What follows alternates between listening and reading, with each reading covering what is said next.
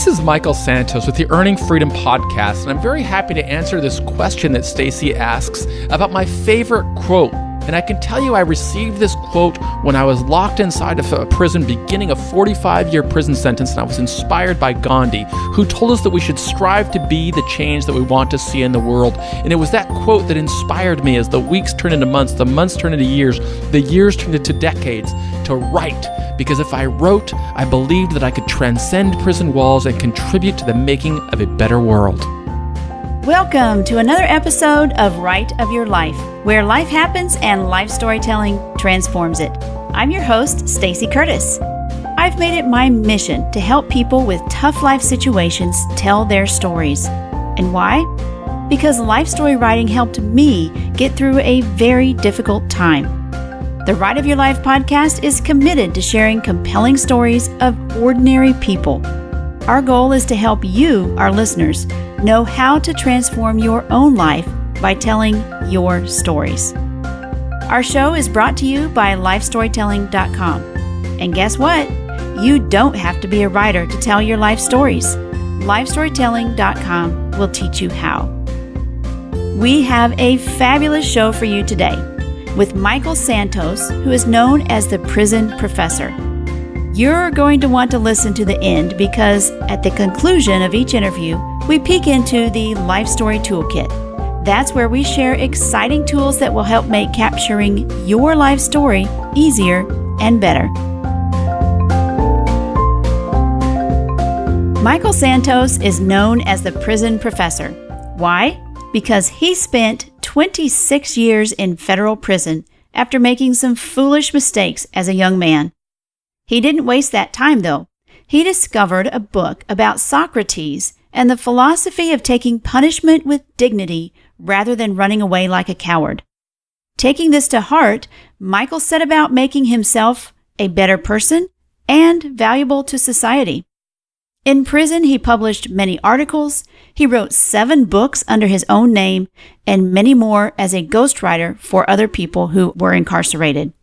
Stick around as Michael takes us on his fascinating journey, and we ask him about his life as the prison professor. Wow, so it's a big story here because it began back in August of 1987. I was 23 years old, made some bad decisions, and those bad decisions led me to Florida. I started trafficking in cocaine. 18 months later, when I was 23, authorities arrested me and I went to prison. I had a 45-year prison sentence. The earliest stages of my journey, I wasn't quite ready to transform my life, but after I was convicted, I just had this epiphany that I really wanted to reconcile with society and become a better citizen. That commitment guided me through 26 years in federal prison. I emerged from federal prison in August of 2013, and a couple of weeks later, I was hired by San Francisco State University, where I was an adjunct professor. And so in my first year of liberty, after 26 years in prison, I was a professor teaching criminal justice students and students who wanted to improve the outcomes of our nation's criminal justice system. I taught from books that I had written while I was incarcerated. And then I began a career as a speaker, speaking around the country about what I consider to be one of the greatest social injustices of our time, and that's mass incarceration. And so I teach about what we can do to improve prisons so that more people emerge as law-abiding, contributing citizens. That is what I do as the prison professor. I have a website at prisonprofessor.com where I teach courses or provide guidance to individuals who are facing a criminal charge and get them thinking about what they can do to emerge from this experience with their dignity intact and as a law-abiding citizen. Wow, that's an amazing story. Let's dig into this. First of all, what first gave you the inspiration to share your story? I mean, were you embarrassed about it, or you just wanted to tell the world? Or tell me a little bit about that. My story began after my arrest. In all honesty, really all I cared about was getting out of prison. I didn't take the time to think about the bad decisions I had made as a young man. I just wanted out. And after I was convicted, I had some real moments of thought. My grandparents weren't speaking to me. I hated being in jail. And yet I knew that I was going to be in prison for a very, very long time because I was facing a sentence of life without the possibility of parole. So when you're in that type of an environment, you just start to pray. And I was not asking God to get me out of jail because I knew that ship had sailed. I was just asking for strength, for some type of way to live a better life and to get through this in some kind of way that would demonstrate I want to become a good person, a good citizen, rather than the person that I was reading about in the newspapers. There was no violence associated with my case, but because we were launching the war on drugs, I knew I was facing a very, very long sentence. And those prayers, they led me to a philosophy book. Now, I had been a terrible student in school, didn't know how to spell philosophy, but while I am flipping through this wonderful book called The Treasury of Philosophy, I came across a story of Socrates. And I could identify with it, the story because Socrates was sitting in a jail cell waiting execution. And he had this opportunity to leave his jail cell and go on and live his life in exile with full support from the community. But when his friends approached him and gave him the opportunity to escape, Socrates said that he was going to stay. And his friend Crito, who had presented the opportunity, said, well, but if you stay, you're going to die. And Socrates said, yes, I'm going to die. And Crito said, but why would you do that? And I'll always remember what Socrates said. He said, well, we live in a democracy. And in a democracy, we have to take the good with the bad. And I don't agree with this law, but I have taken all of the good that society has to offer. It's clothed me and fed me and protected me from foreign enemies. And I took all of that. He said, so I had the right to work to change laws I don't agree with, but I don't have the right to break laws.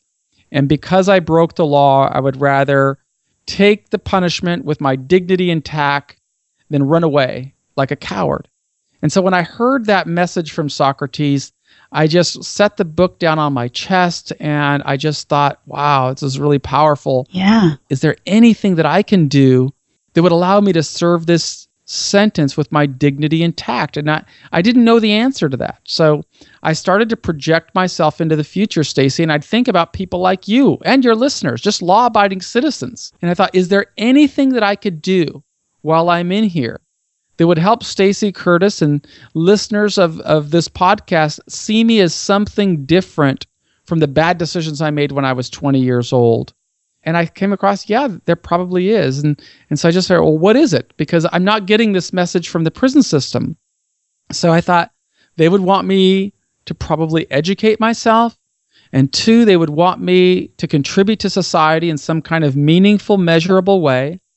And 3, they would want me to build a support network. And if I could do that, well, then maybe when I emerged from prison, I would have more opportunities and people would see me as a good American. And that's really all I wanted to be. And so it was that strategy that pushed me through and really inspired me to want to transform my life. And so it began with Socrates, and then there were many, many mentors after that, including, of course, Mandela and Viktor Frankl and so many others. But I'm very happy to share as much of that background as you'd like to hear. That really is amazing. Take me to that exact place. Did you check out a philosophy book? Were you sitting in your cell or were you outside? Yeah. Where were you when you first read that story? So when I first read the story, I had just been convicted. I had not yet been sentenced. And I was waiting inside of the Pierce County Jail. Mm-hmm. And I was looking around and I just saw all of the other prisoners and I just knew I didn't want to be a criminal.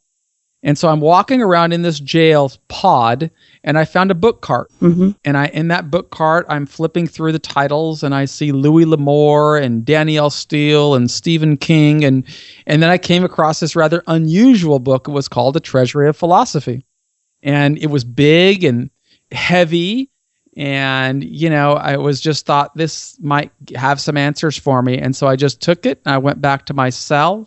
I lay on a concrete rack, and as in that environment where there was a cacophony of noise outside of the cell and with televisions blaring and people slamming dominoes down on jail tables and I just was able to tune out as much as I could and focus on this incredible story that was written 2,500 years ago in ancient Greece. Right. What a place to be able to turn your life around. Tell me about the time when you decided writing about your life it would be helpful. Did you start by journaling, or did you start with a book in mind? I started by trying to answer those three questions. After I'd come across with this position that I was going to transform my life while I was incarcerated, and when my judge sentenced me to 45 years in federal prison, I had to come to terms with that, and I didn't know how I was going to do it. So I started to just say, wow, I've come across with this three-pronged plan to educate myself, contribute to society, build a support network. The next step was to define success. Right. Because I had decades to serve, and I couldn't even comprehend it.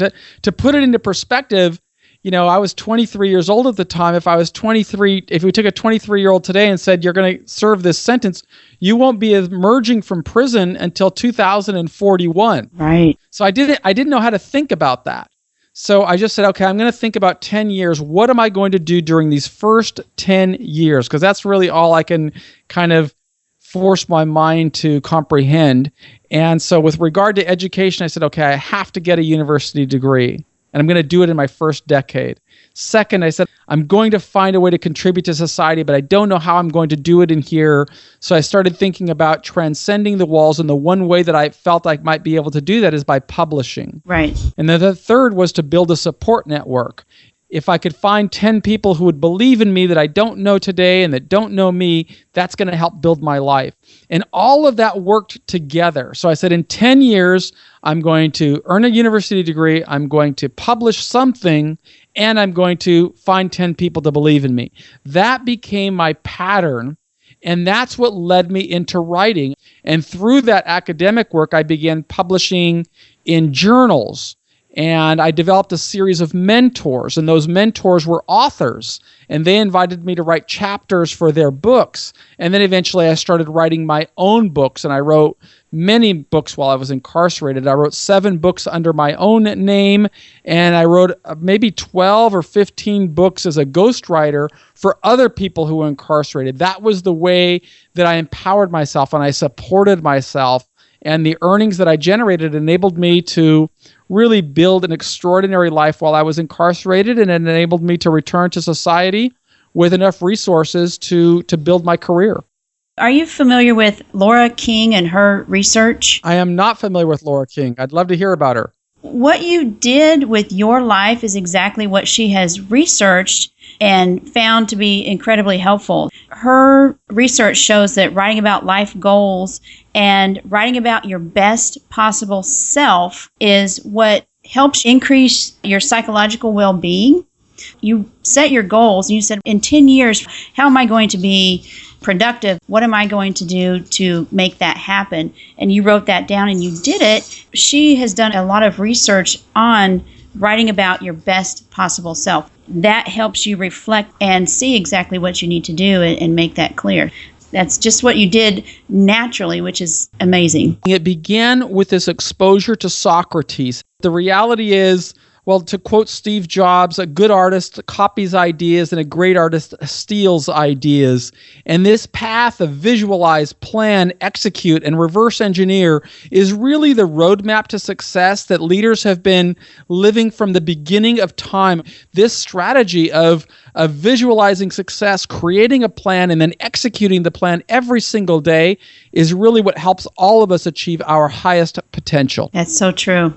You said you wrote several books under your own name, and then you also ghost wrote some for other incarcerated individuals. Tell me a little bit about those. So it began when I was, I think I was in about my 13th or 14th year of imprisonment. And one of my mentors, I was in a PhD program at the University of Connecticut, and he was the dean of UConn, but he was also the leading textbook author on corrections. And he asked me if I would like to write a book with him that I could present through his publisher, and we would sell in universities across the country as a supplemental text for students who are learning about corrections or probation or the criminal justice system. And I said, yeah, I'd love the opportunity. And I wrote a book proposal, to his publisher. And that led to my first book, which was called About Prison. And I really enjoyed the process. I had to do all of my writing by hand because I didn't have access to a computer or a keyboard. Right. But I wrote the manuscript. It was about a 100,000-word manuscript. It was a very fulfilling experience. I then reached out to another one of my mentors. Her name is Marilyn McShane, and she is from your part of the world. She was a professor at the University of Houston. Okay. And also a leading corrections professor. And I reached out to her, and I asked if she would consider a manuscript, and she said, sure. So I wrote it. By then I had a little more experience. I wrote another book proposal. She accepted it, and that led to my second book, which was called Profiles from Prison. Then I wanted to reach a mainstream audience. I didn't have any connections in mainstream publishing, but I had 2 books that were out, and I wanted to reach out. So I did my research. I found a wonderful book called Writer's Market and read what I needed to read. I learned that I would need a literary agent. So I wrote a proposal specifically for literary agents, sent out about 100, received favorable responses from about 12, and got a agreement with a fellow by the name of James Schiavone, who represented me for a manuscript that I wanted to write. And 2 weeks later, he had a deal for me with St. Martin's Press. That was my experience in writing for the mainstream, and that became my most popular book, Inside Life Behind Bars in America. I was very proud of that book because it had a massive distribution where there are perhaps 50,000 of those books in print. It's still in print, and I think it's about it's a 9th or 10th printing. It was a very rewarding experience, and that led me into writing books for other people who were incarcerated. I began helping them share their stories because everybody has a story. Right. And I would just tell them this would be a very therapeutic way for them to make it through the journey. And that's how I got started ghostwriting. How did telling your story, writing that book and telling your story to the whole world, how did that change you? Well, it gave me an opportunity to try and create a new narrative of my life. I really wanted to demonstrate a sense of remorse for the bad decisions I had made as a young man. And I wanted to show that prison may be the context of my story, but the reality is it's a human story. We all face struggle and adversity at some point in our life. And the strategies that empowered me as those days turned into weeks and weeks turned into months and months turned into years and years turned into decades could be universal. And I really believed that other people could find value in that message. And so I really felt as though if I was living my dream of wanting to reconcile with society by showing other people that we all face struggle, we can all go through struggle, and we can all emerge from it with our dignity intact and opportunities for fulfillment and meaning. And that was very empowering for me. And it's really cool that you helped other people tell their stories as well. Did they go through that same catharsis, or did they change by telling their story? Did you see them in a different light? Did they see themselves in a different light? Absolutely. There was a wonderful relationship that developed. And the way that it developed was I was actually writing a book called White Collar. It was a book for business people who found themselves afoul of the law without ever looking at themselves as a criminal or ever considering that they had even broken the law or their decisions could expose them to the criminal justice system. And I knew that tens of thousands of business people across the country make decisions every day that could put them into the crosshairs of the criminal justice system.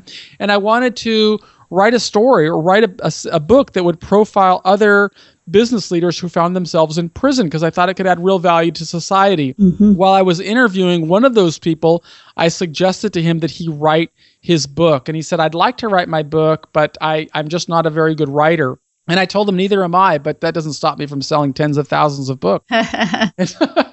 And so that's what really launched me on that career of writing books. And it enabled me to earn a great living while I was incarcerated. I was very grateful for the opportunity to help people find their strength and help them share their story so that they would have a rebuttal to the reality that they were going to always be labeled, viewed in Google or viewed in society, as the bad decisions. And I wanted to help them show the full context of their story. Right. They can go on to be good, productive people in society. Or for many of them, they considered themselves productive members of society anyway and considered themselves wrongfully incarcerated. So I wanted to help them tell the story why. What happened? The onus was on them to create a new narrative. So now you go into prisons and you encourage those folks still in there, and you also help people who have just gotten out of prison. Do you encourage all of those folks to write their life story, write about their experience? I think that writing is an essential component of any individual's path on a pursuit of excellence. Any individual who wants to pursue a values-based, goal-oriented, driven approach to life should really learn how to share a story. And this skill set is helpful to anybody. Part of the work that I do with writing and coaching people on how to tell their story is people who are facing a criminal justice sentence. So I want them to be able to tell their story to a judge, to the prison system, so that society will see them as something more than the criminal charge. And every individual has a story. Nobody starts out their life and says, I'm going to be a criminal. There's a tremendous amount of backstory. But if an individual doesn't invest the time, the energy, the resources to really flesh that out, that individual will always face the challenge of having to answer to what others say about the individual. How do you get people started writing about their life? Generally, the people with whom I am working are so traumatized by the experience that they are not ready to write. So I begin just asking a lot of questions, and the responses that my clients provide give me the ammunition for follow-up questions. And so it is just this organic process of trying to get to know the individual, the influences that got that individual to where he or she has become. And then after a lengthy interview process that might take as long as 40 to 50 hours in a few different sessions will result in my being able to understand the story, create an outline, tell it back to them, and then chart out a course of actionable plans. What is the best writing advice you've ever received? That's great. I can tell you what that best advice is, and it comes from an interview that I heard of the famous American author named James Patterson, who's probably sold north of 100 million books. Oh, at least. And he said, look, there are tens of millions of people who will never like what I do. Fortunately, there's a couple million people who do. That's right. And I write for them. And so the message that it gave me was that I'm never going to satisfy everybody. I write for a very specific audience, and I just do the best that I can to provide the value that I pledge to deliver. Michael, I think we've come to the end of our time. Thank you so much for being generous and sharing all your information, your expertise, your experience with us. Where can our listeners connect with you? The easiest way is through michaelsantos.com. I would encourage them to find me in the social media. I'm on Twitter, Facebook, LinkedIn, everywhere, and I would love to connect with your audience. And I want to thank you very much, Stacy, for inspiring me to continue writing, and thank you for giving me this opportunity to share my story with you. Thank you so much, Michael. He tells a great life story, doesn't he? Now, I know you're going to want to check out his show notes page. It's at writeofyourlife.com/Michael Santos. It has links to his books, his website, and his social media, too. He's really great at Twitter, by the way. Now, in the beginning, I told you we had a special feature at the end of each episode. Well, this is where I peek into the Life Story Toolkit and share information on one particular tool that you might want to consider using if you're writing or would like to start telling your life story.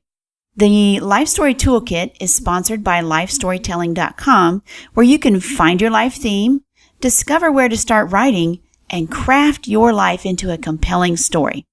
So let's dig in. In this episode's Life Story Toolkit, we're going to take a peek at the Hemingway app. Now, this is a really cool app that actually improves your writing for you.